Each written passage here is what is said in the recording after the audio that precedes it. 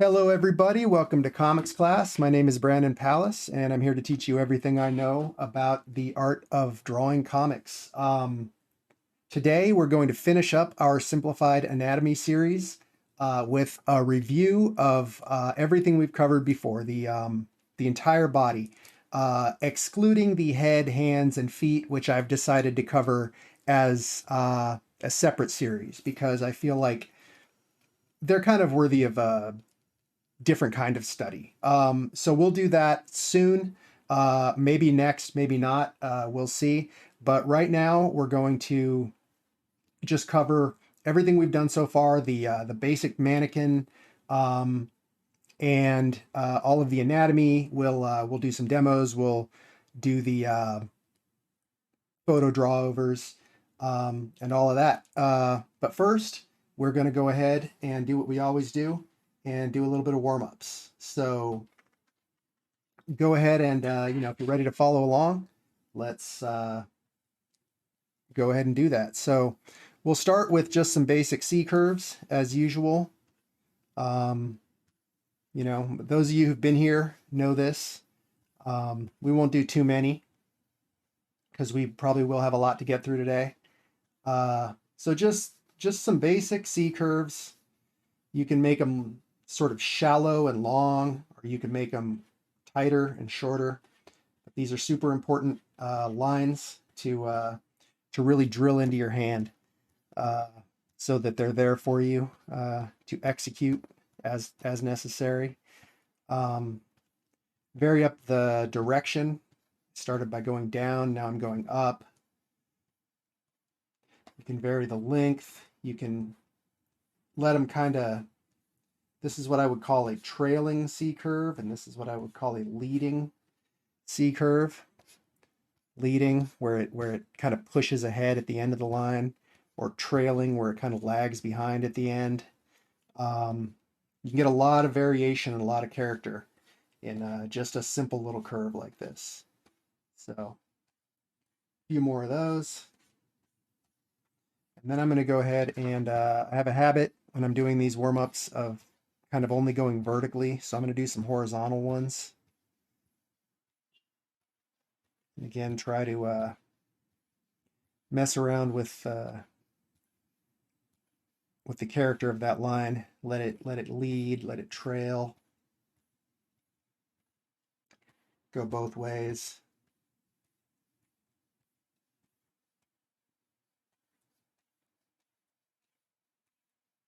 And you can really start to create some pretty cool patterns just with these simple lines.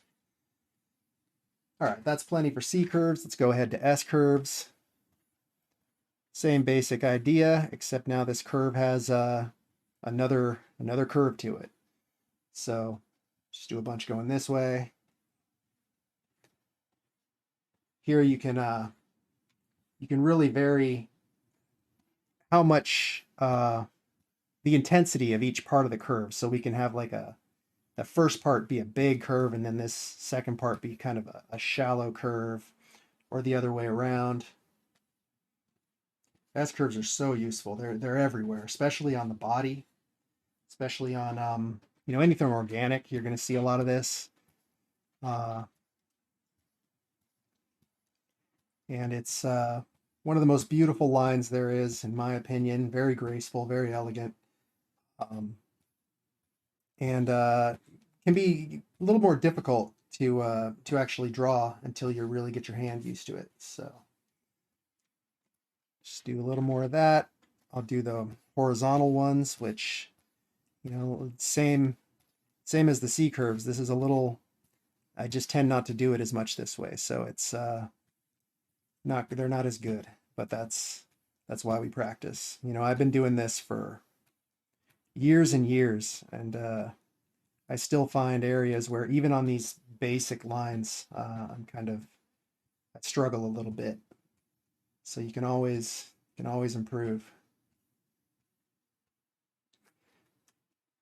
Let's go up.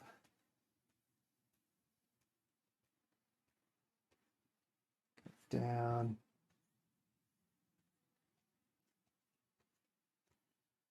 Make some tight ones that are a lot more like the actual letter S. Make those go both ways. Horizontal ones that are tighter, more wavy.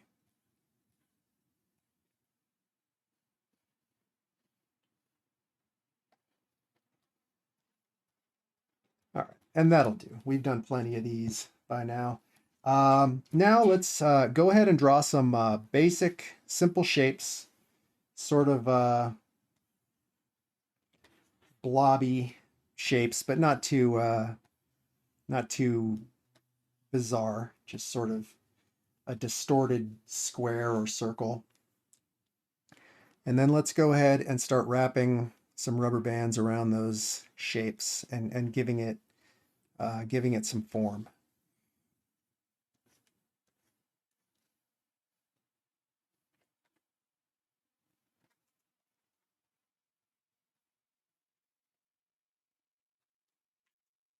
When you get good at this, you'll start to kind of be able to see the form in the shape without having to put these lines around.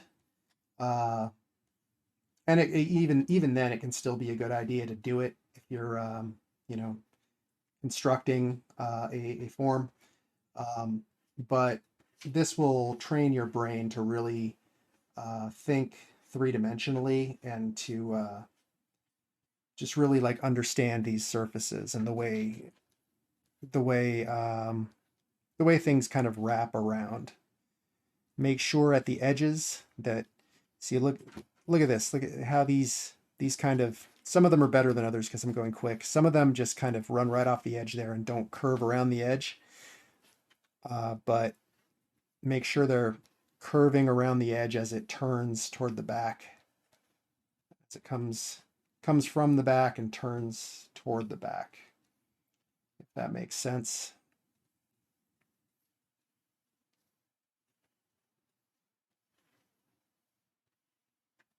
And finish this up pretty quick because we got a lot to get through today. Obviously, it's all review, but doing the whole body is going to take us some time, so I don't want to spend too much time on these warm-ups. I'm going to start going the other way. I always go left to right.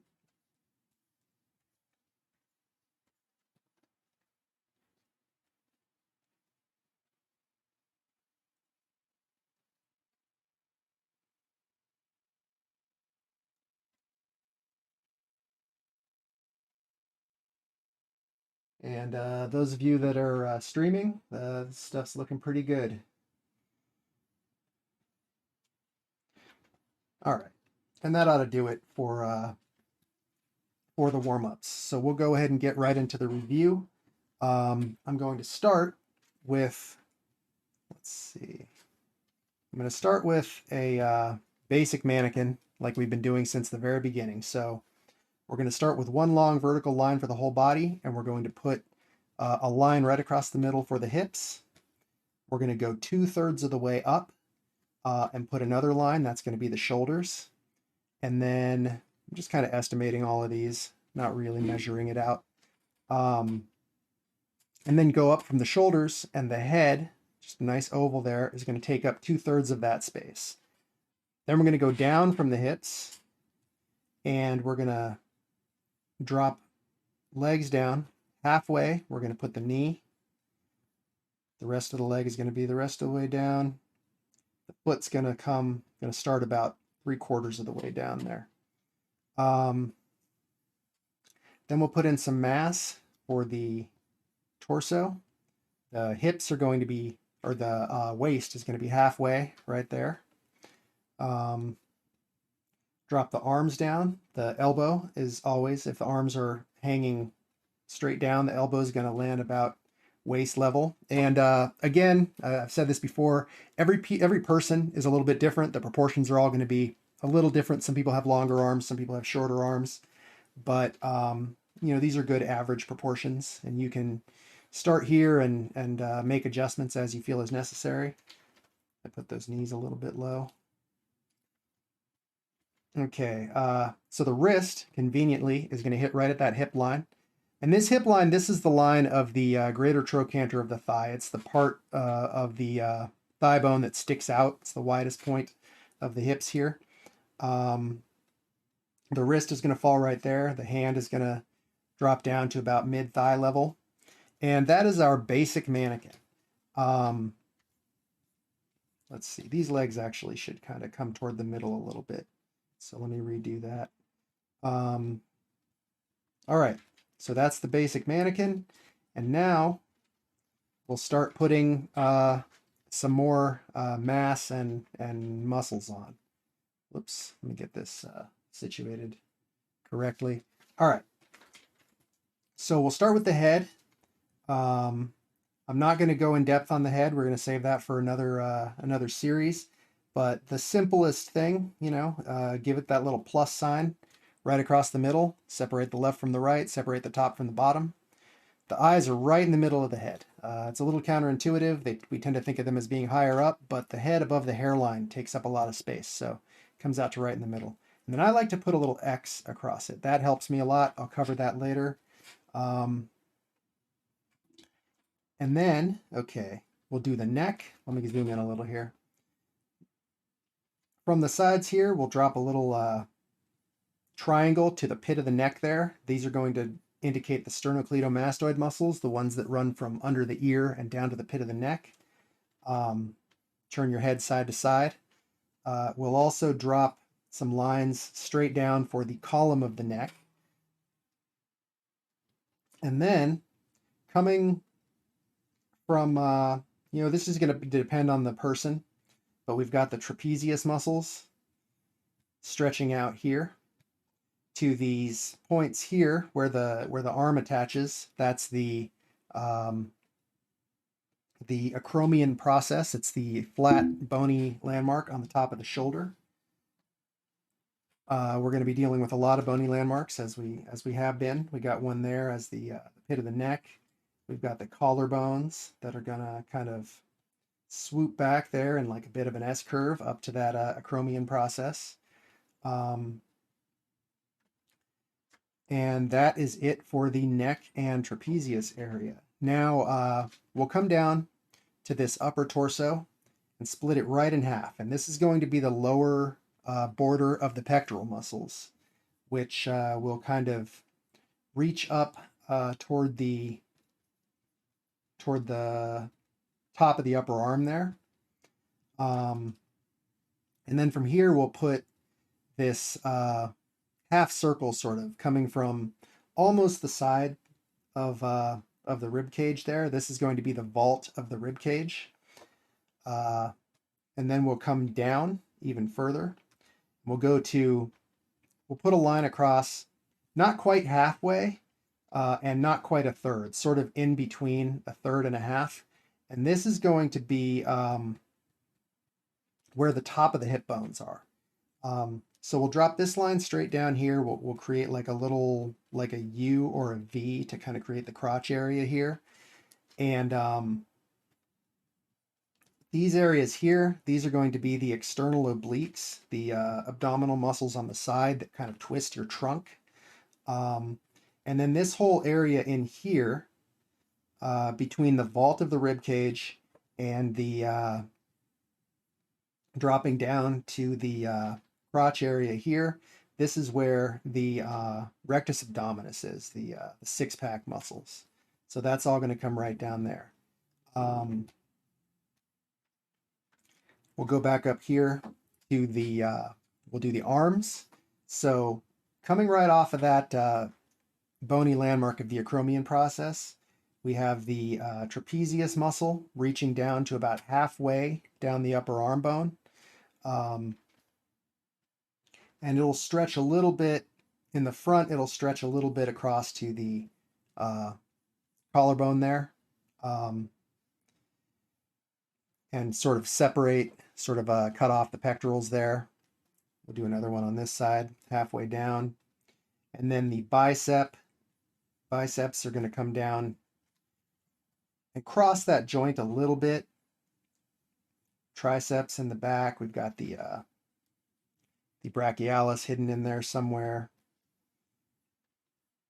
And then we've got this sort of bowling pin kind of shape of the upper arm. We've got the this mass here.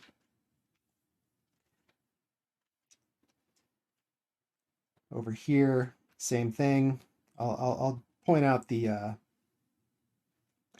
muscles a little bit more. This is the oh no, I'm gonna first start forgetting all these muscles because there's too many now.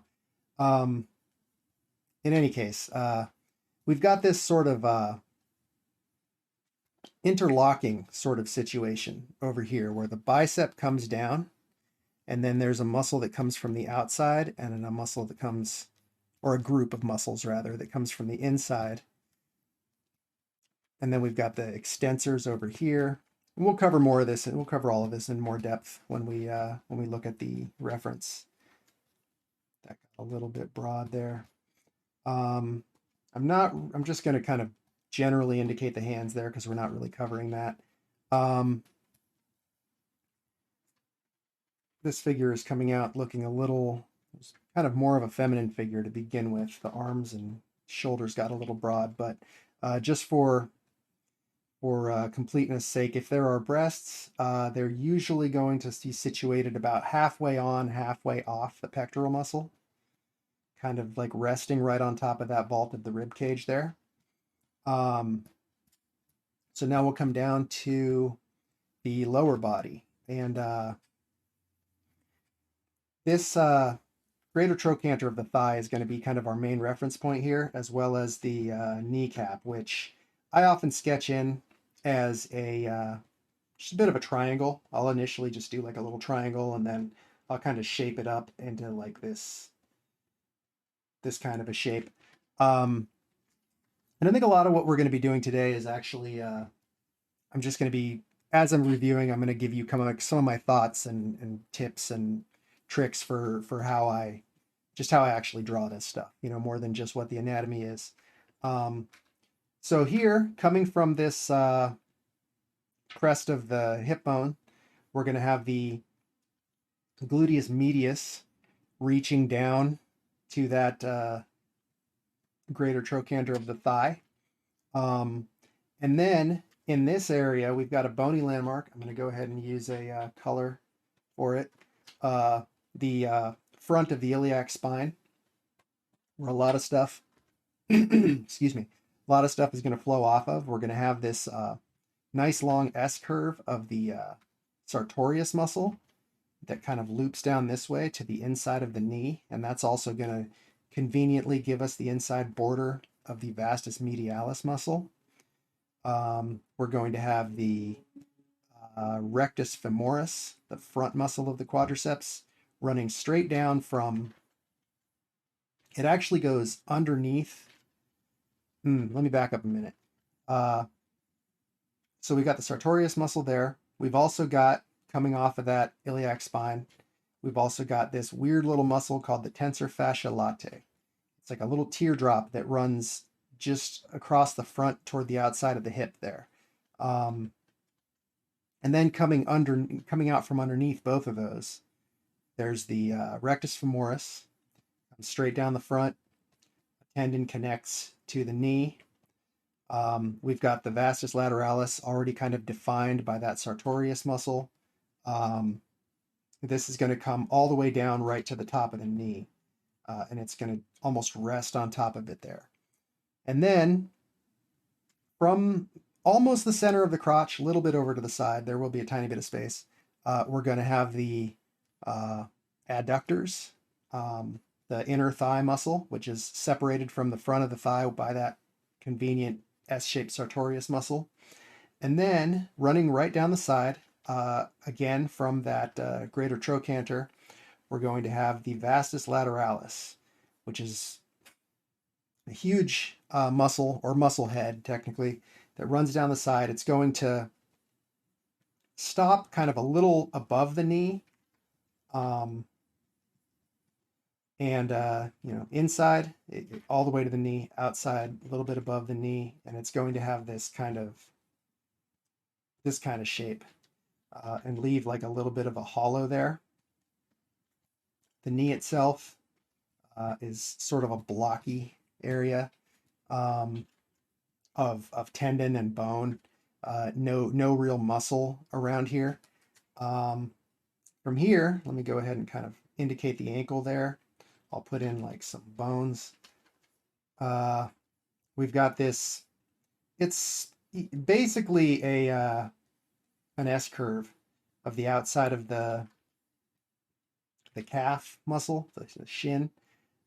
We've got this bony landmark of the inside of the tibia, and then we'll have the gastrocnemius. We'll see it from the back or from the front, filling up that space there. So we've got this high bulge on the outside and this lower bulge on the inside. So it's always like this. And then we've got that line right there of the tibia. The foot, I'll just kind of indicate again, we're not really dealing with the foot today. We do have the bones of the ankle, the condyles they're called. The the outside one is lower, the inside one is higher. And then let me just knock out real quick this other leg. So sartorius, TFL, adductors, rectus femoris, vastus lateralis, and then this is one of those areas, the lower leg, that to me it's just, I just have it down to a couple of swoopy lines, you know, boom. So that little S curve on the outside, one on the inside, that bony front area, put in those ankle condyles, and just briefly indicate the feet. So there's the front of the body. Get rid of some of this stuff. And do the same thing for the back. I'm not going to talk through the whole mannequin this time because it's basically the same thing. One difference is I am going to put in, since we're looking at the back of the head, I'm going to put in the back of the cranium. So whereas the front of the head takes up 2/3 of this space, the back of the head takes up about exactly half, and then I can fill in the rest of that for the jaw and everything. Let's see, bring those legs in again. Maybe a little too wide in the hips there. Okay, so put in some mass for the torso. We've got this where the arms connect, all of that, elbow at the waist, wrist at the hips. So now we'll put in the column of the neck in the back, coming down from that cranium area, and we'll let it like run out to the acromion process. This is the trapezius muscle. Also right in the middle here, we're going to have the C7 vertebrae, which is the base of the neck. It sticks up on most people, is visible. It's going to be a little bit above that halfway line.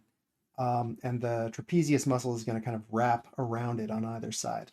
Now we're going to find the spine of the scapula and the medial border of the scapula, just like a little upside down L. This is going to be our main reference point for the back.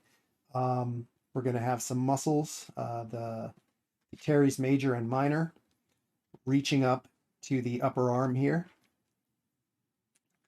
We're going to, let's see, this trapezius will continue down, kind of just barely looping over the medial border of the scapula, and coming to a point somewhere around here. We also, oh, you know what? I didn't put in the lines down here. Okay, so about halfway down in this lower half, the hip portion of the torso, we're going to put a line that kind of defines the top of the sacrum. Now, the sacrum is the bony landmark at toward the bottom of the spine, right above the butt. It's just like basically a little equilateral triangle. It'll have some, the hip bones will kind of loop up like this. Okay, go back up here. Also from the upper arm, top of the upper arm, we're going to get the latissimus, the lats, kind of looping down in a nice S curve, reaching to the crest of the hip bones, just to the outside of the sacrum.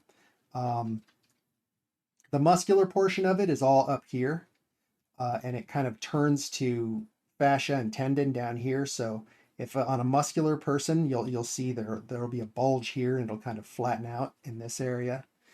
We'll also see like a fat pad here on almost everybody.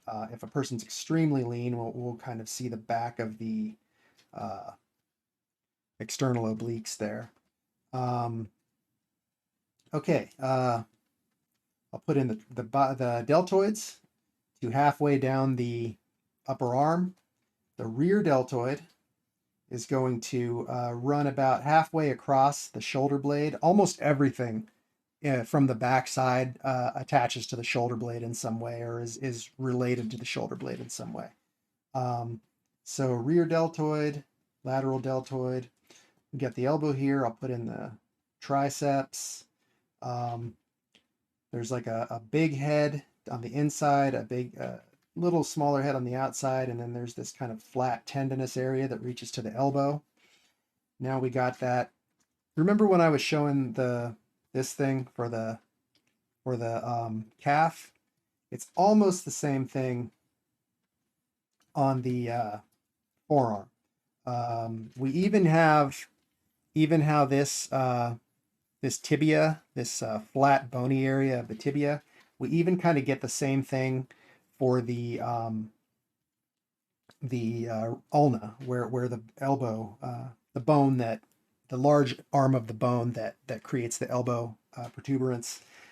We also have an area there that separates the flexors from the extensors. We're going to have these extensors out here. Just briefly indicate that hand. Same thing here. Deltoid halfway down, runs about halfway onto the shoulder blade. Create those tricep bulges there.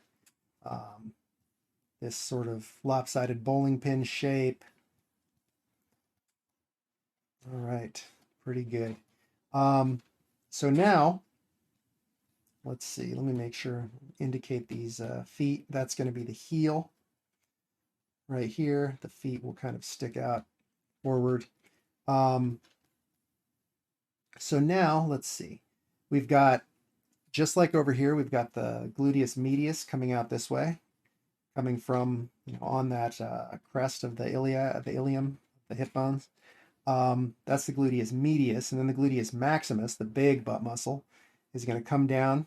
It's going to drop a little bit below that hip line, and it's going to stretch over and kind of start to wrap around the side of the leg.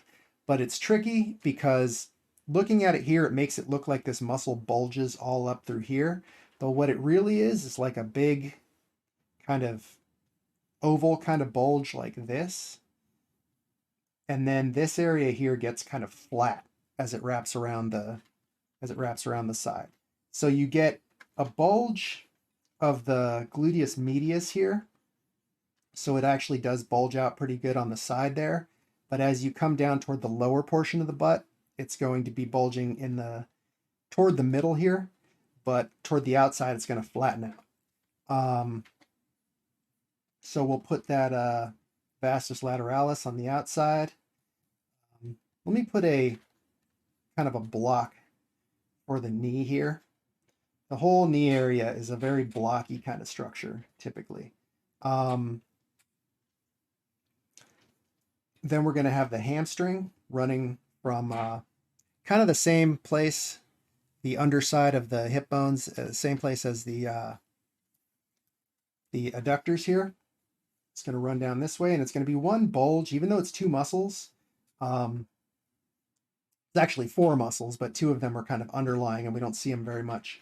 It's going to start as one bulge, but it's going to split about there and kind of run to the outsides, the outside back of the knee. We'll also see a little bit of the adductors there. Same thing on this side, big bulge here that splits, kind of forks, and attaches to the outside of either side of the back of the knee. And that brings us to the calf muscles. We've got the big bulge of the gastrocnemius here. It's a two-headed muscle, two kind of big teardrop shapes, and those are going to go up in between the hamstring attachments. So much like the bicep kind of goes in between those two muscles of the forearm, it's kind of a similar thing here where we've got both of the hamstrings, and then the gastrocnemius is going to loop up in between. Then there's the gastrocnemius muscles both kind of turn into this long tendinous area that reaches down toward the heel. There's also the soleus muscle, which underlies it and kind of bulges out on either side. Depending on how detailed and how realistic your drawing is, you may want to kind of include that, or you may want to sort of stylize it, and just let it all be kind of one shape. And that should be about all of it. I don't know how much anybody is getting from this extensive recap, but there it is. So if there are any questions here, feel free to speak up. But otherwise, I'm going to go ahead and go into the reference photos. So let's start with this guy up here. And I'm just going to do just like we've been doing, just drawing in all of this stuff. And I'm going to try to go a little slower. I've had several people mention that I kind of go pretty fast and it's tough to follow along. I am trying to cover a lot of material, but I want to make sure you guys are getting it. So I'm going to start with this pit of the neck. You know what I'll do? I'll start by marking out all of the bony landmarks that I see here. So there's the pit of the neck, and then the collarbones going up to this acromion process here. Here we've got these sternocleidomastoids reaching up. We've got the column of the neck. We've got a big bulging trapezius running right to that acromion process again. Same on the other side, although it's mostly hidden. We've got the sternum here. Let me just kind of block in the whole mannequin. So there's the upper portion. We can see the divot here that kind of indicates that's the hip bone, or the trochanter of the thigh. So let's see. All right. Halfway down the border of the pectorals. Put in the arm. I don't know how much this. I'll finish this figure out with the mannequin, and then we'll see if that helps, or if it hurts. All right, so put in those pectoral muscles. Neat little trick here. You see this this line that separates the pecs from the deltoids. I find that tends to run right up to a point where the jaw connects to the neck. That's a handy little mnemonic, I guess you'd call it. Okay, so we got the deltoid reaching out, branching out on either side there. Front deltoid, side deltoid, bicep here, tricep in the back.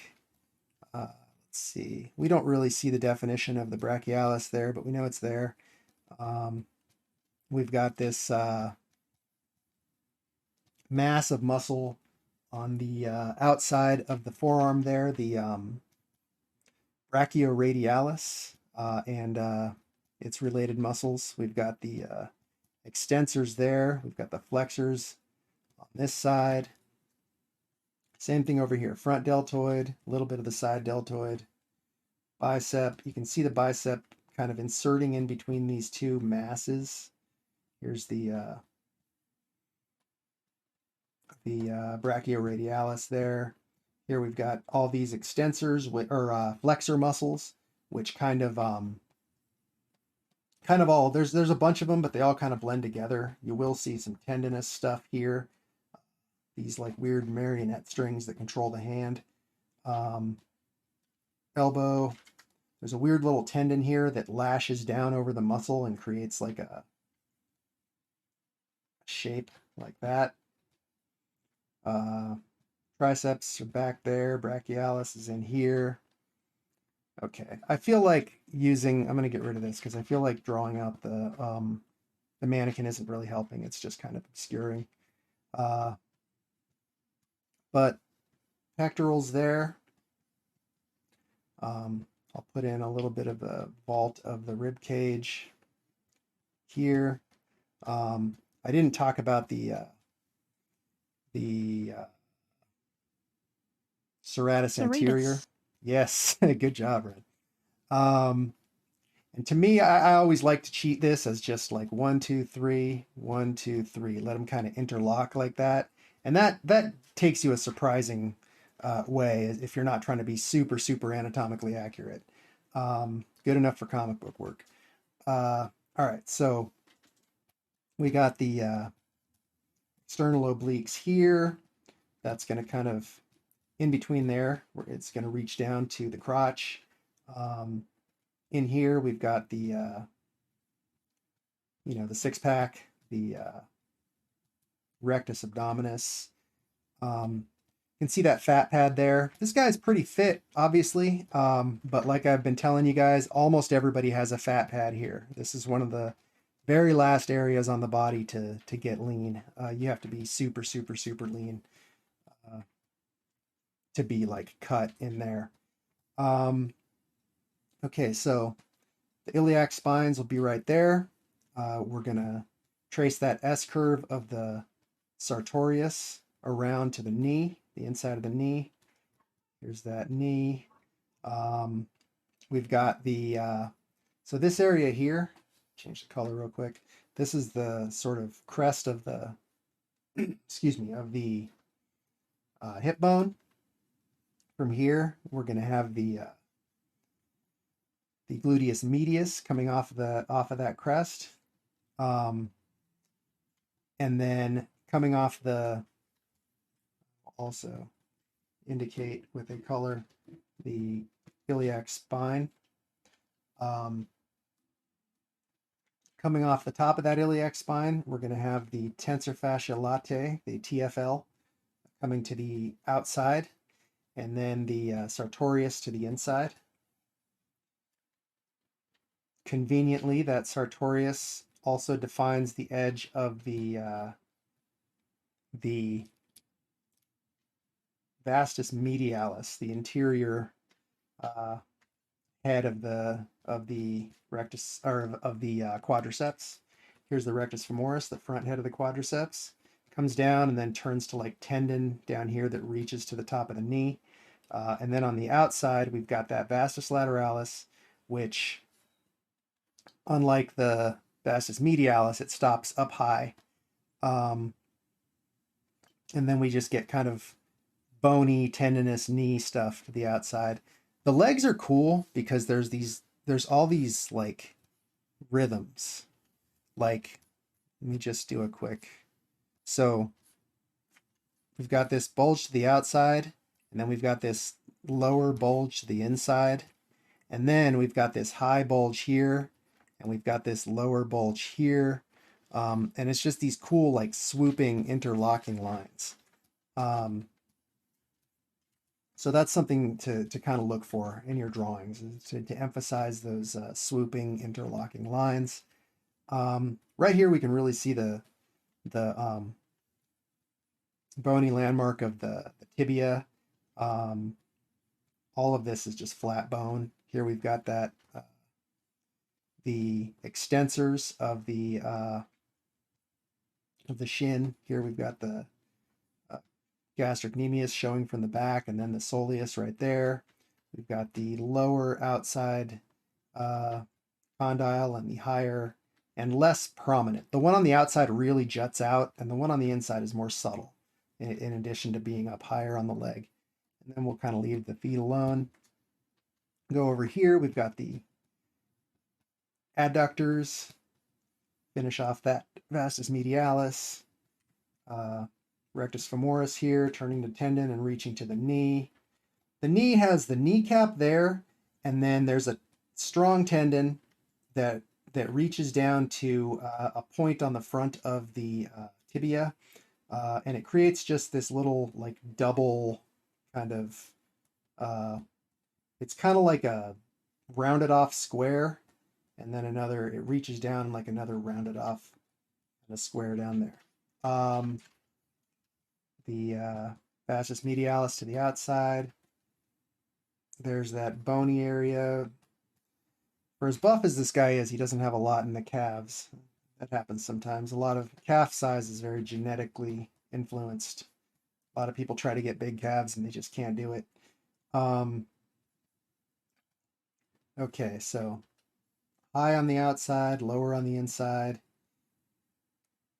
Condyle there. Can't see the outside one, so that ought about do it for this guy.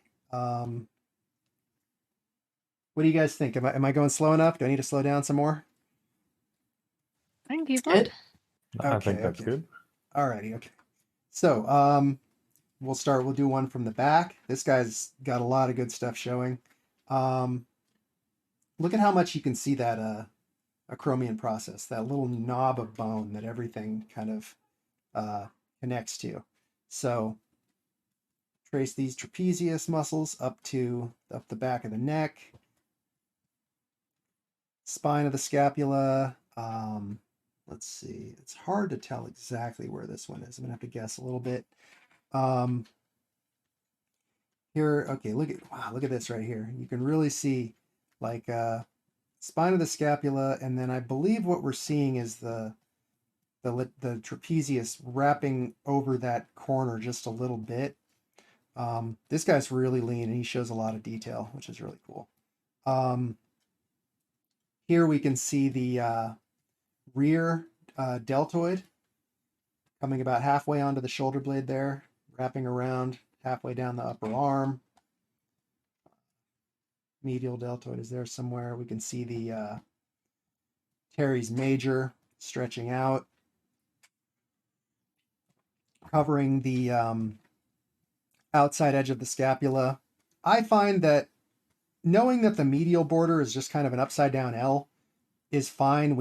The scapula itself has all this sort of shape like this, but this whole side is always like covered in muscle, except on, I guess, maybe the most emaciated people. So we never really need to deal with drawing it. Okay, we got the spine here. Put in the sacrum right there. You can kind of see the crest of the hip bone there. Latissimus coming down, and this is a good example of, you can see this bulge here, right? This is a good example of how the latissimus is muscular up here, but it turns to like flat tendon down here.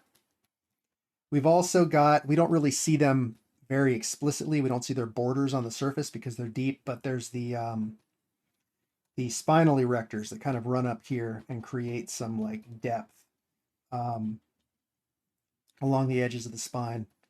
Alrighty, so here we've got this whole condyle here. This is the whole part of the bone that pushes out against the skin. Gluteus medius running to there, and then gluteus maximus wrapping around the edge. And I picked this model because this guy's a perfect example of how, even though the gluteus maximus wraps all the way around the side, the mass is all toward the center. This guy has a big, like, bulging mass here. It almost looks like a cheese wheel to me. So you can see how you know, if you just look at an anatomy chart, sometimes it looks like you would have this big bulge going all the way out like that, but it isn't like that. The bulge is kind of concentrated in this area, and then it kind of flattens out here. So here we see the vastus medialis. We can see the back of it there, the front here, and look at how it turns to this tendon that runs down the side of the knee. We can see the hamstrings. The hamstrings don't tend to stand out very much. You'll just see kind of a nondescript bulge, but down toward as it approaches the knee, I guess about 2/3 of the way down, it splits into these two separate. It doesn't split really because it's two separate muscles, but they just tend to blur together up here. So we see these two branches here, and then the gastrocnemius, which is in the back here, reaches up in between. And then on this guy, we actually can see a lot of definition of the extensors here. But I didn't really show those in detail. This is supposed to be simplified anatomy, even though it may not seem that simple. But this is one of those areas where we don't really need to know every muscle for most of our purposes. We can just kind of know that there are some muscles that fan out from here and go down toward the foot. We've got that outer condyle. Here we've got the soleus kind of running underneath. Same thing here. You can see the two bulges here. So that's the gastrocnemius, and then, which does continue down. There is this tendon that, there is this tendon that runs, that's what this is, the Achilles tendon. But there's also the soleus underneath bulging up and causing this like double bulge kind of shape. So going back up here, we've got the external oblique, and this guy you can start to see a little bit of definition there because this guy's super lean, but even he's like not, super ripped here like he is in a lot of the other parts of his body. So there's that, and then we've got the triceps coming down, the two heads coming down on either side of the elbow. Can't really see what's back there. Same thing here. We can see the inner head of the tricep, outer head of the tricep. Can't really see the deltoids there. And then in here is just kind of all flexors. Just kind of turns into an undifferentiated mass. Yeah.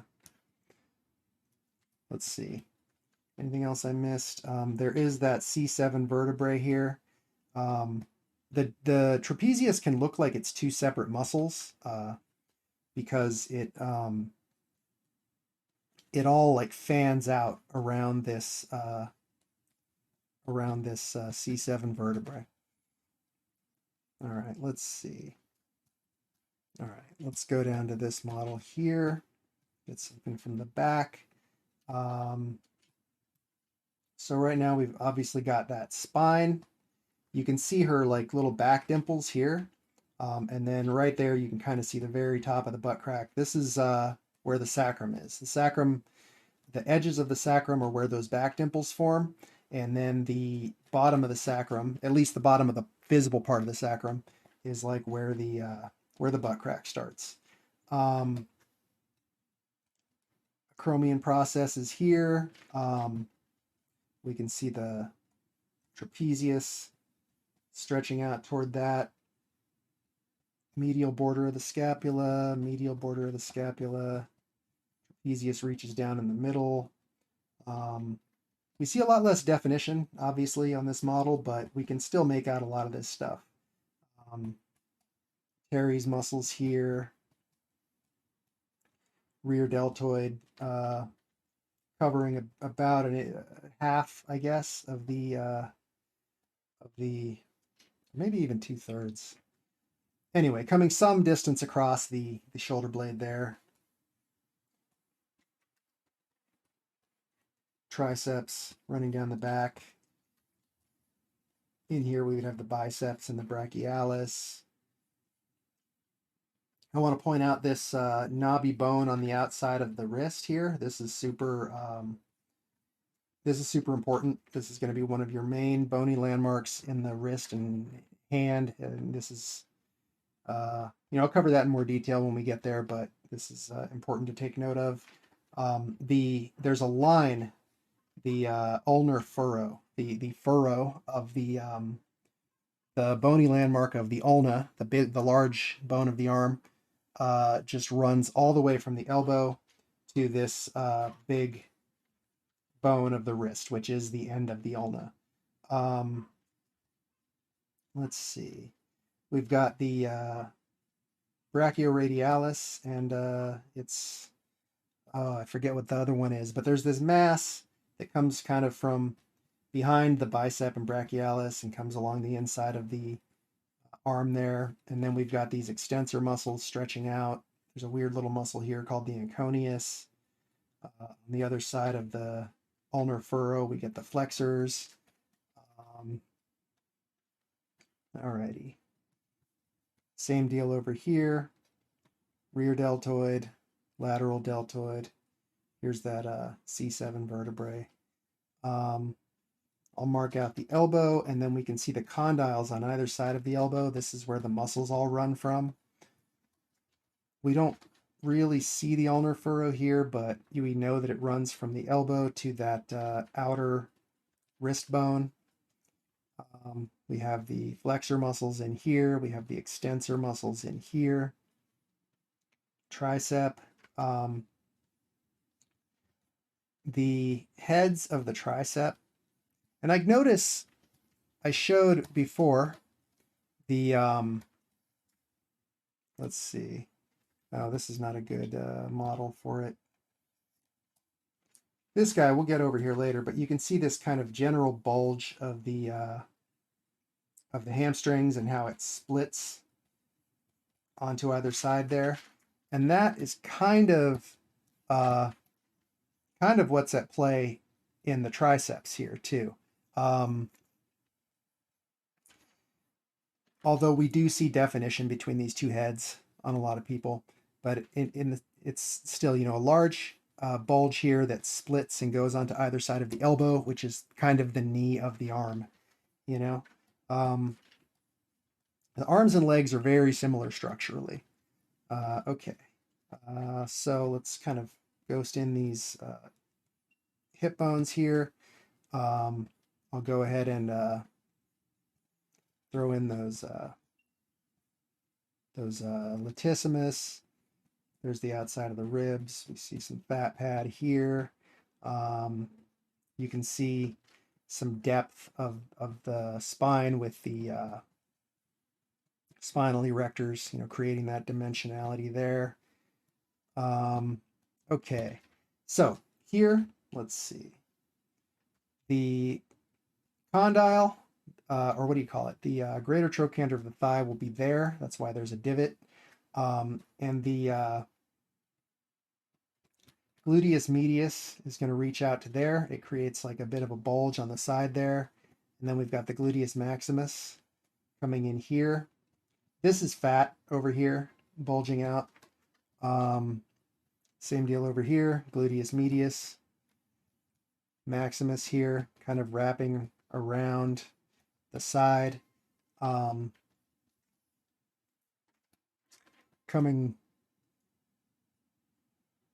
Oh, hold on. I got something in the chat. Let me check what that is. Oh, okay. It's Crad saying bye. Okay, no problem. Alrighty. So let's go ahead. I'm going to go ahead and block out this knee first. Notice this this like bulge here on the inside of the knee. That is largely it's the hamstring. There's this whole big hamstring bulge here, splitting to either side of the knee, and especially on the inside, it creates a large bulge. But there's also the sartorius in the front that creates some mass there. So yeah, we often get this kind of bulging area on the inside of the knee. And that's, another example of these kind of cool like rhythms you get in the leg. all over the body really, but the leg is a really good example. Oops. Vastus lateralis there to the side of the hamstring. And then we've got gastrocnemius here, looping up, not looping, but like kind of reaching up in between those hamstrings, those prongs of the hamstring. There's also usually a crease there where the knee creases. Here we can see that tendon turning to like the Achilles tendon there, and then the soleus fills in some of that space in there. We got the ankle, and that ought to about do it for this model. Let's see. Okay, she's cool because here we can really see a lot of the weird stuff that goes on. I shouldn't say weird, but a lot of the interesting stuff that goes on in the around the hips. So I'm going to start. Look at these. She's got these really buff external obliques here that give us a clear view of the top of the hip bone there. Really indicate where that is. And we've got this this iliac spine right in here. And so from there, we have the sartorius reaching down. We also have the TFL, the tensor fasciae latae. And look at that bulge there. Like she has one of the most prominent TFLs I've ever seen. We also see the gluteus medius running down the side, but it's really interesting to see the TFL like bulging out in front of the gluteus medius there. We know the, well, let's see. You can see the vastus medialis actually sagging over the front of the knee there. That's one thing that's interesting to note is that if it's not actively flexed, even if a person is pretty lean and doesn't have much fat, the muscle itself will just kind of sag over the inside of the knee there, unless it's like actively flexed. So we've got the vastus medialis there. Don't see it too much, but the rectus femoris, and then to the outside, with its bulge stopping higher up the leg, we've got the vastus lateralis. And then, you know, all of this leg stuff that we've seen before a bunch of times already today. Adductors coming to, you know, not exactly to the middle, but pretty close to the middle there. Let's see. Here we can see the TFL. We can actually look at right there. Let's zoom in on it a little bit. TFL, sartorius. The sartorius we very seldom see like really obviously, but it's in there, coming to the inside of the knee here. We've got the again that vastus medialis sagging down. We've got the rectus femoris, vastus lateralis, adductors, the knee,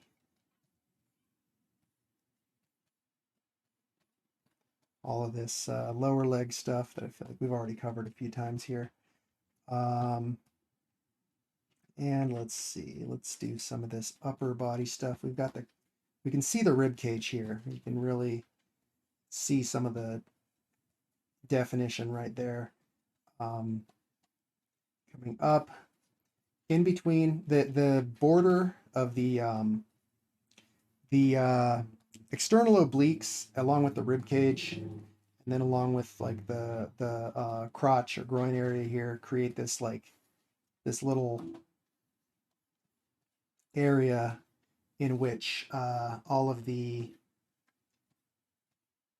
rectus abdominis muscles sit. It's actually one muscle. It looks like it's a bunch of different muscles. It's actually one broad, long muscle with a bunch of like strips of tendon like strapping it down. We can see some of that, some of the serratus anterior muscles there. All right, we got the pectorals running up. Let's see, I'll just go ahead and kind of guess where that stuff is. We can see the bicep. In here, there's something called the coracobrachialis, which is a weird little muscle that runs into the armpit. And then over here, we can see the brachialis. Let's see the triceps coming off of there.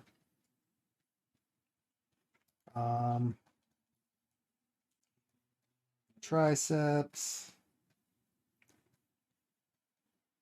Like at this point, we're starting to just kind of repeat a lot of the same stuff, which I guess is what we've always been doing. But I think maybe going forward, let's see. You can really see that ulnar furrow. Going forward, I'm gonna try to like just find stuff that we haven't really seen yet today. Here's that that wrist bone, and you can see how there's this kind of S curve of bone that runs from the elbow to that wrist bone. Everything on this side is flexors. Everything on this side is extensors. Alrighty, let's see what else we got.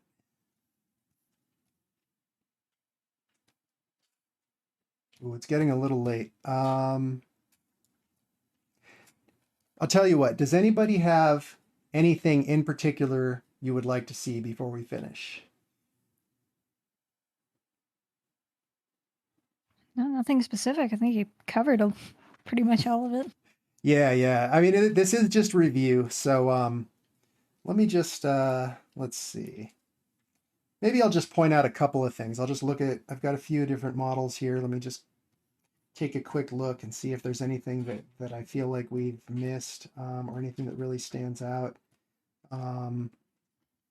This guy here, I feel like there's a good sacrum right there. You can really kind of see the borders of it. And then you can see the hip bones coming down. Also, this is actually cool. This is a place where we can really see the bulge of the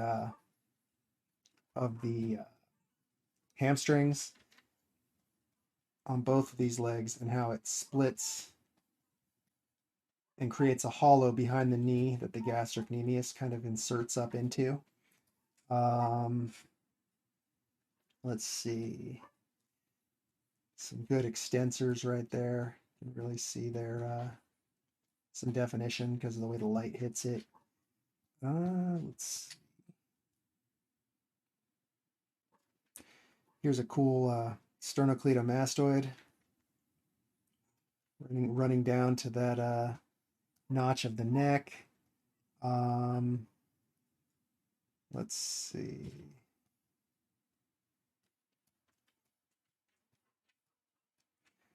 This guy's got some really nicely defined muscles in his legs here.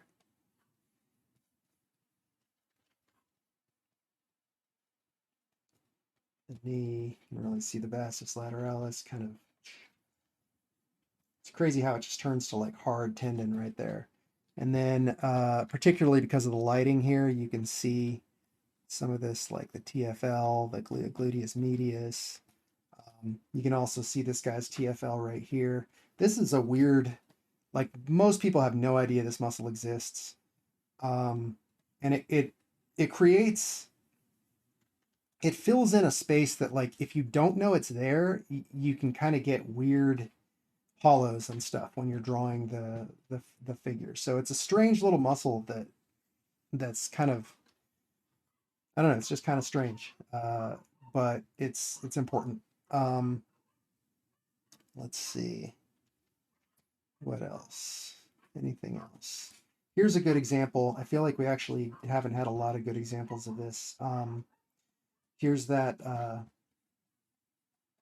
brachioradialis muscle coming from that condyle there on the inside of that condyle, running down the inside of the arm, and also inserting in front of the triceps there, behind the biceps and the brachialis.